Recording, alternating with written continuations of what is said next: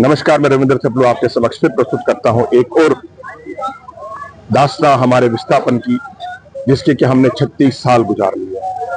उसी की दास्तां आज 19 जनवरी 2026 और हम याद करते हैं 19 जनवरी 1990, जबकि पहली बार हमारे साथ ये त्रासदी घटी थी।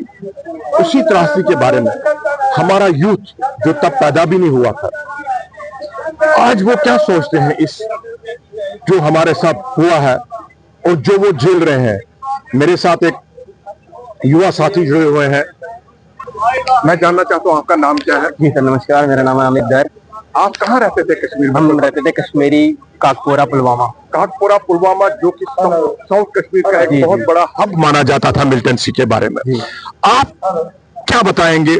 आप तो उस टाइम 90 में तब तो आपकी आयु कितनी है इस टाइम? अभी 2001 मेरी बॉर्न है।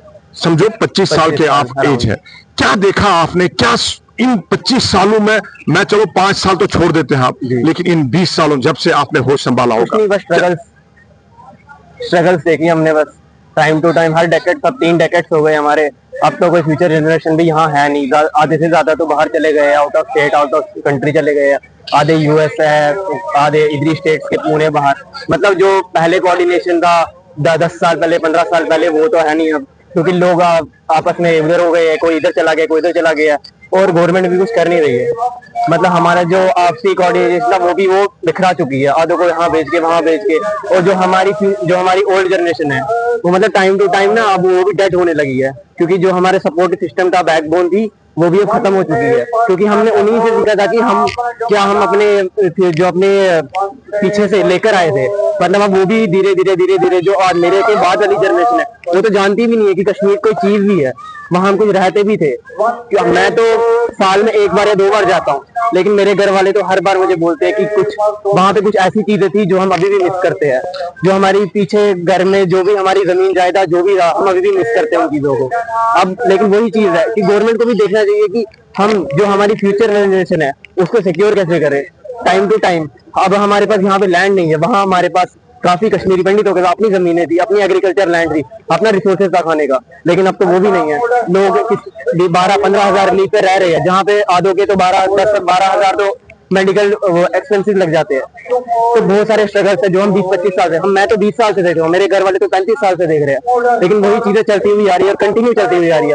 कल भी हमने देखा, कल पीसफुल प्रोटेस्ट हो रहा था, तो कुछ लोग मतलब बाहर की कुछ कह सकते हैं, कुछ जो हर जगह होते हैं नेगेटिव चीजें, जो नेगेटिव लोग होते हैं थोड़े से हर किसी सोसाइटी में, उन्होंने बहुत सी चीजें मतलब सपोर्टिव जो सिस्टम होता है वो नहीं किया।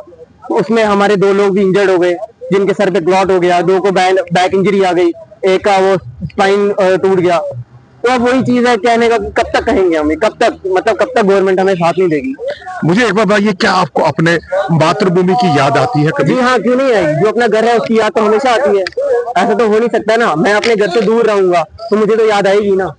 वो तो कोई कहने वाली बात ही नहीं है। क्या चाहते हैं आप, जो हमारी गवर्नमेंट है उनसे क्या चाहते हैं आपके, ताकि हम अपनी उस मातृभूमि में वापस जाएं? उससे आप क्या, अगर हम जाएंगे तो हमें तो खुशी होगी कि हम अपने घर गए।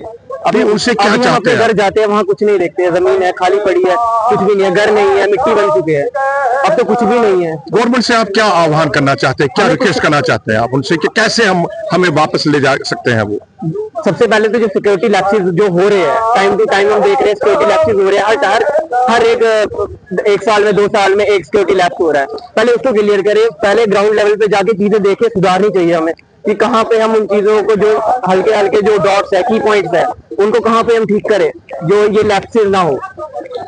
आप जो ये यूथ फॉर परम कश्मीर का जो यहाँ पर ये इतना बड़ा कार्यक्रम हुआ, इसके बारे में आपके क्या विचार हैं? जी ठीक है, ये लोगों को आपस में जुड़ाने का एक सबसे अच्छा मतलब एक मोटिव है, क्योंकि लोग मिल नहीं रहे। अब क्या लगता है कि आपको हमारी जो कश्मीरी पंडित है, क्या इनको जगाने की अभी बहुत जरूरत है? बहुत ज्यादा जरूरत, क्योंकि अब चीजें ऐसी हो गई है, टाइम और जनरेशन का लोगों के टाइम नहीं है। जैसे मैं हूँ, मैं आज 2 महीने 3 महीने बाद अपने दोस्तों से मिला, अपने यहाँ फैमिली से मिला।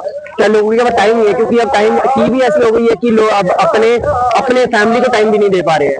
तो अब ये चीजें जो छोटे छोटे इवेंट्स है वो ये करते हैं कि कश्मीरी पंडितों को जो अब दूर दूर से आए हैं उनको आपस में मिला देते हैं। क्या लगता है कि आपको हमारी जो मातृभाषा है उसका उसको भी हाँ, ये एक सबसे बड़ा की पॉइंट है कि जो आज नई जनरेशन है ना वो अपनी मातृभाषा छोड़ रही है। कश्मीरी सबसे जरूरी है, क्यों नहीं हम मैं बाहर जाता हूँ, मैं अपने बाहर कश्मीरी दोस्तों से मिलता हूँ तो मैं उनसे कश्मीरी करता हूँ। ये मेरी सबसे मतलब रिक्वेस्ट है, अगर तुम बाहर जा भी रहे हो तो एटलीस्ट छोटे से छोटा आधे घंटे 1 घंटे अपने जो नई जनरेशन है उनसे कश्मीरी लैंग्वेज में बात करें, कि ताकि उन्हें अपने माइंड में ये रहे कि हाँ हम इस चीज से, हम इस रूट से कनेक्टेड है। क्या आपने आज तक जहां भी आप रह रहे हो जम्मू से बाहर, क्या आपने कभी ये जिक्र किया उनके साथ कि हमारे साथ क्या हुआ है, कैसे विस्थापन हुआ है हमारा? जी हम करते हैं, लेकिन अपना दर्द तो खुद हम नहीं समझ सकते ना। जो हम उन्हें कहेंगे और जो सहकर आया है उनमें तो बहुत ज्यादा डिफरेंस है। क्या जो आज बड़े बहुत सारे जो हमारे स्टेट से लोग आए थे यहाँ पर, प्रचारक आए थे, साध्वी आए थे, इनसे इनको पता चला आज पहली बार कि ऐसा हो रहा है या पहले भी पता था इनको? नहीं, हमें पता था। देखिए डिफरेंस होता है, एक वर्चुअली देखने में डिफरेंस होता है और एक आई टू आई जो हम बैठे हैं वहां देखने में डिफरेंस होता है। अब मैं यहाँ से बाहर की चीजें देखूंगा, वर्चुअली देखूंगा, उसमें बहुत ज्यादा डिफरेंस होगा। और मैं जो यहाँ देख रहा हूँ और ग्राउंड लेवल पे आके वो बहुत ज्यादा डिफरेंस है। लोगों से मिलना, कोऑर्डिनेट करना, बात करना, तो बहुत ज्यादा डिफरेंस आ जाता है लोगों में। लोग चीजें देखते हैं इधर से वहां, यहाँ वहां बिल्डिंगों की हालत, तो लोगों को पता लगता है कि हाँ चीजें ठीक नहीं है।